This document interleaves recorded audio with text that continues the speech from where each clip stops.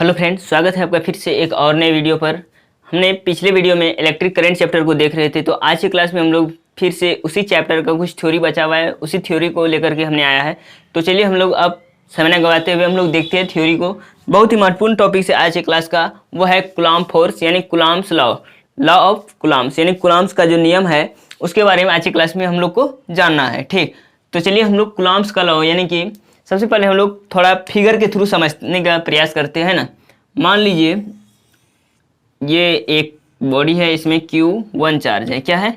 Q1 charge. उसके बाद ये एक बॉडी है, इसमें Q2 चार्ज है। ठीक, Q1 और Q2 दो बॉडी है और इसमें Q1 चार्ज है एक में और Q2 एक दूसरा में चार्ज है। ठीक, और इन दोनों के बीच का जो डिस्टेंस है वो है R। इन दोनों के बीच का डिस्टेंस क्या है? R।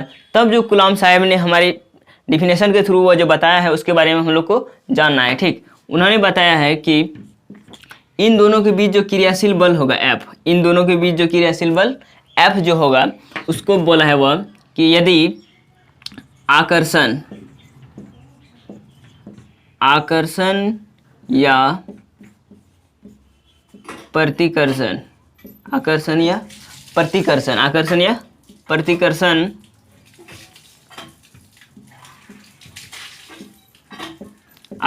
प्रतिकर्षण बल दोनों वस्तुओं के आवेशों के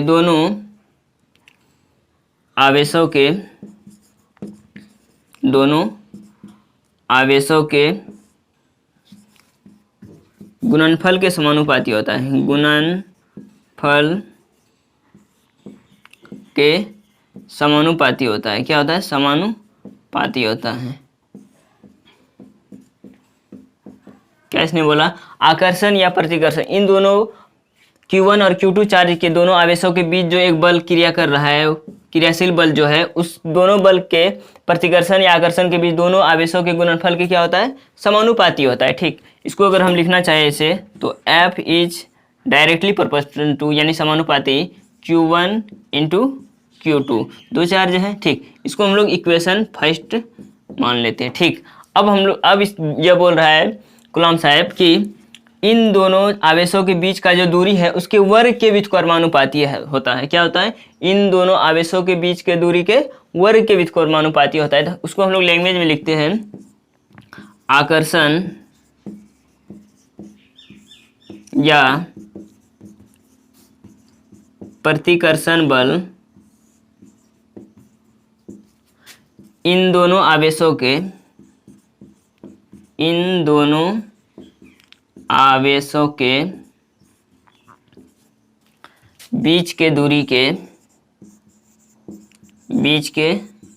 दूरी के वर्ग के व्युत्क्रमानुपाती होते हैं। वर्ग के व्युत्क्रमानुपाती, इनवर्सली प्रोपोर्शनल टू, व्युत्क्रमानुपाती होता है। ठीक, क्या बोला? आकर्षण या प्रतिकर्षण बल इन दोनों आवेशों के बीच के दूरी के वर्ग के व्युत्क्रमानुपाती होते हैं। ठीक, हम लोग इसको इक्वेशन में लिखते हैं यहाँ, है ना। इक्वेशन में लिखते हैं यहाँ क्या? F is directly proportional to 1/r²। वर्ग के व्युत्क्रमानुपाती होते हैं। यहाँ देखिए, वर्ग के व्युत्क्रमानुपाती होते। ठीक, इसको अगर यहाँ भी लिख दे तो कोई बात नहीं। F is inversely proportional to r²।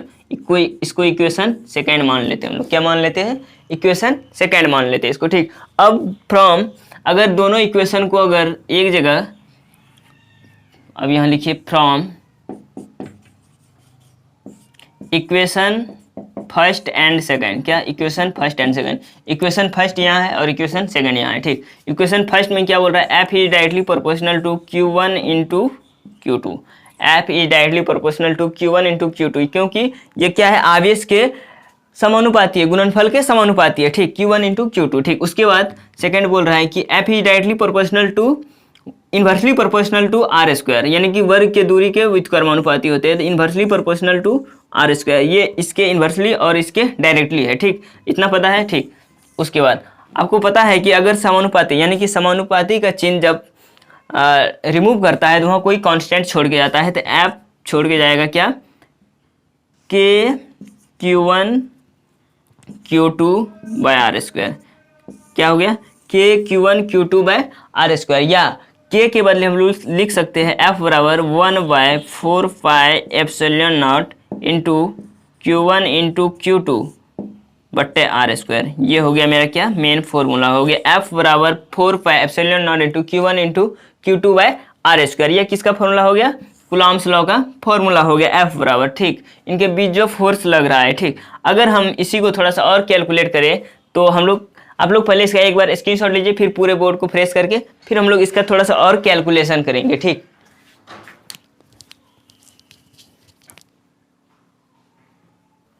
तो चलिए अब हम लोग देखते हैं यहाँ से रिलेटेड कुछ फॉर्मूला आएगा। जैसे कि अब यहाँ ये कांस्टेंट हो गया k, यानी कि k कांस्टेंट है, तो k का वैल्यू क्या होगा भैया? k का वैल्यू k यानी कि लिख दीजिए कांस्टेंट, क्या k कांस्टेंट, और इसका वैल्यू होता है 9 इंटू 10⁹ कितना? इसको याद रखिएगा 9 इंटू 10⁹, इसका और इसका सेम ही वैल्यू होता है। इसको जब कैलकुलेट कीजिएगा तो ये आ जाएगा 9 इंटू 10⁹। ठीक, अब इतना देख लिए। अब हम लोग एक बार देखते हैं कि के यानी कि कांस्टेंट को देखते हैं। कांस्टेंट का फॉर्मूला अगर हमको कांस्टेंट इसका फॉर्मूला पूछ दे तो हम क्या बोलेंगे? तो यहाँ लिखते हैं हम लोग F बराबर के Q1 Q2 by r square. ठीक, ये पूरे में है तो यहाँ कुछ नहीं है तो 1 है, इसको क्रॉस मल्टी कर दीजिए तो हो जाएगा क्या? के Q1 इंटू Q2 बराबर F आर स्क्वायर, यानी कि बल गुना डिस्टेंस का स्क्वायर। ठीक, हमको निकालना क्या है? के निकालना है, कांस्टेंट निकालना है। तो के को इधर रखिए, F r square upon Q1 into Q2, ये आ गया मेरा फॉर्मूला किसका? के का। ठीक, अगर हमको इसका सबसे ज़्यादा क्या पूछा जाता है? इसका आपको यूनिट पूछा जाएगा। क्या पूछा जाएगा? यूनिट पूछा जाएगा। तो यूनिट निकाल लीजिए। F का क्या होगा? F बल है तो क्या होगा? न्यूटन होगा। आर यानी डिस्टेंस है, डिस्टेंस को हम लोग किस में मीटर में मापते हैं, तो क्या हो जाएगा? मीटर गुना मीटर, मीटर का स्क्वायर हो जाएगा। ठीक, बट चार्ज, दो चार्ज है Q1 और Q2 अलग अलग चार्ज है, तो एक चार्ज के लिए कुलाम इंटू कुलाम, कुलाम का स्क्वायर हो जाएगा। ये हो जाएगा इसका यूनिट हो जाएगा किसका? के का, कांस्टेंट जो था मेरा उसका। और इसका वैल्यू कितना होता है? 9 इंटू 10⁹ होता है। ठीक, जिस तरह से हमने इससे पिछले चैप्टर ग्रेविटेशन चैप्टर में हमने पढ़ाया था, इसी तरह से सेम उसी से रिलेटेड है। उसमें डिस्टेंस भी था। उसमें क्या होता है? दो पिंडों के मास को लिया जाता है और यहाँ दो पिंडों की क्या, यहाँ आवेश को लिया जा रहा है। ठीक, बस उसी से मिलता जुलता है। तो अब हम लोग देखते हैं के को भी देख लिए। अब इस पर हम लोग एक न्यूमेरिकल को देखते हैं। क्या? न्यूमेरिकल को देखते हैं, है ना, एक न्यूमेरिकल को देखते हैं। जैसे ये Q1 ये चार्ज है और ये Q2 है। ठीक, और बीच का डिस्टेंस R है। ठीक, अगर Q1 चार्ज 5 कूलम दे दे और Q2 चार्ज 15 कूलम दे दे और बीच का डिस्टेंस 8 मीटर, कितना? 8 मीटर दे दे, तो इसका जो F आएगा वो क्या होगा? आप लोग कैलकुलेट कीजिएगा। ठीक, इसका F क्या होगा उसको आप लोग कैलकुलेट कीजिएगा। ये आपका हो गया क्या? ये क्वेश्चन हो गया, है ना।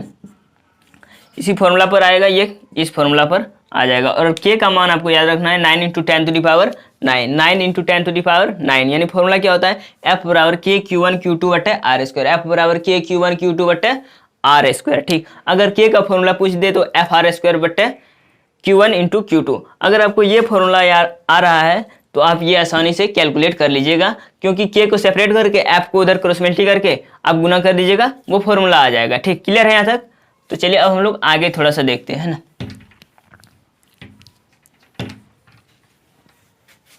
चलिए इस क्वेश्चन को सॉल्व कीजिए तो आप लोग। चलिए अब हम लोग एक और अगले टर्म की ओर चलते हैं। अगले टर्म में है मेरा क्या? इलेक्ट्रिकल इंटेंसिटी, यानी विद्युत क्षेत्र की तीव्रता को आज फिर से हम लोग देखते हैं ना। विद्युत क्षेत्र की तीव्रता, इलेक्ट्रिकल इंटेंसिटी को। ठीक, इसका डिफिनेशन दिया गया है, किसी बिंदु पर किसी आवेश के कारण दिए गए बिंदु पर एकांक धन आवेश द्वारा अनुभव किया गया जो बल होता है, उस आवेश के कारण दिए गए बिंदु पर विद्युत क्षेत्र की तीव्रता कहलाती है। ठीक, डिफिनेशन समझ में नहीं आया होगा, हमको पता है ना।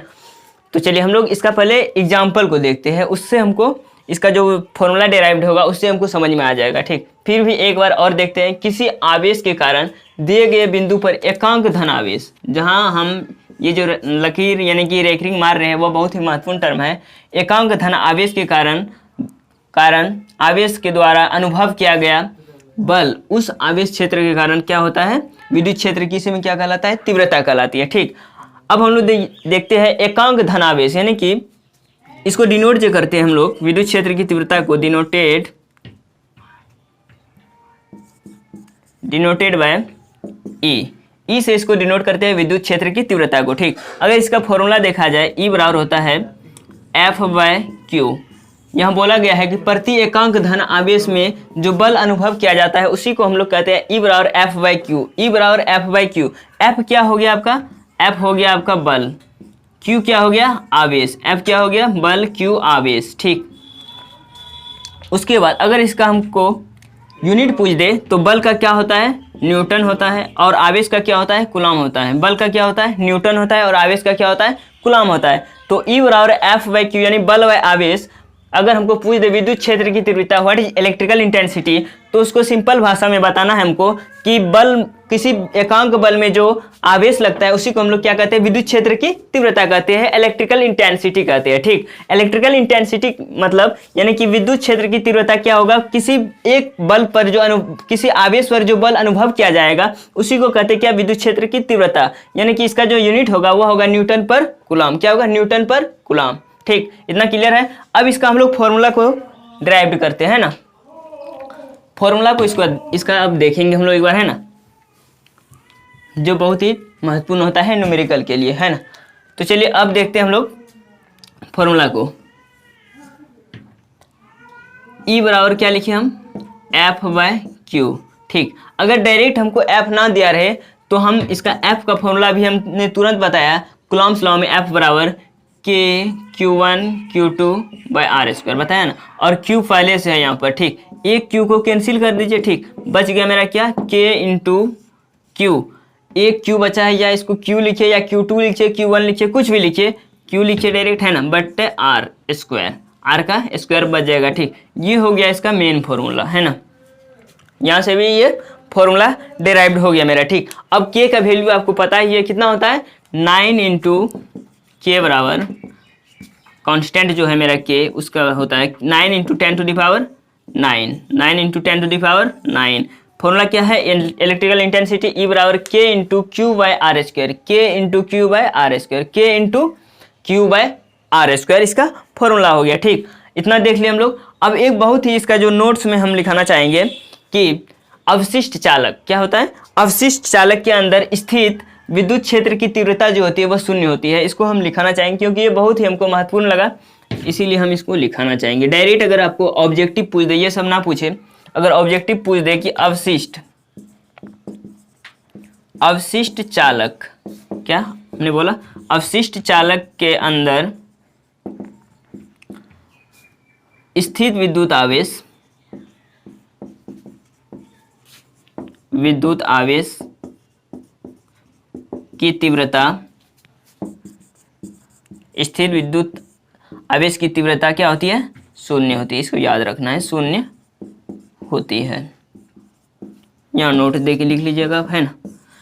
अवशिष्ट चालक के अंदर स्थिर विद्युत आवेश की तीव्रता क्या होती है? शून्य होती है। ठीक, तो आज की क्लास में हम लोग मुख्य रूप से बात की कूलम्स फोर्स यानी कूलम्स लॉ के बारे में, लॉ ऑफ कूलम्स, उसके बारे में, उसके बाद इलेक्ट्रिकल इंटेंसिटी यानी विद्युत क्षेत्र की तीव्रता के बारे में आज की क्लास में हम लोग मुख्य रूप से डिस्कस किए। ठीक, तो चलिए अगले क्लास में हम लोग आएंगे मुख्य रूप से लेकर के विद्युत विभव बचा हुआ है यानी कि पोटेंशियल बचा हुआ है, और फिर हम लोग प्रतिरोध, रेसिस्टेंस सबके बारे में जानेंगे। फिर उधर सीरीज आ जाएगा, पैरेलल, उन सब के चीज़ के बारे में हम लोग को, उन सभी टर्म के बारे में हम लोग को जानना है। ठीक, तो चलिए आज का क्लास आप सबों को कैसा लगा आप लोग कमेंट के माध्यम से जरूर बताइए, है ना। तो अब मिलते हैं हम लोग नेक्स्ट क्लास में।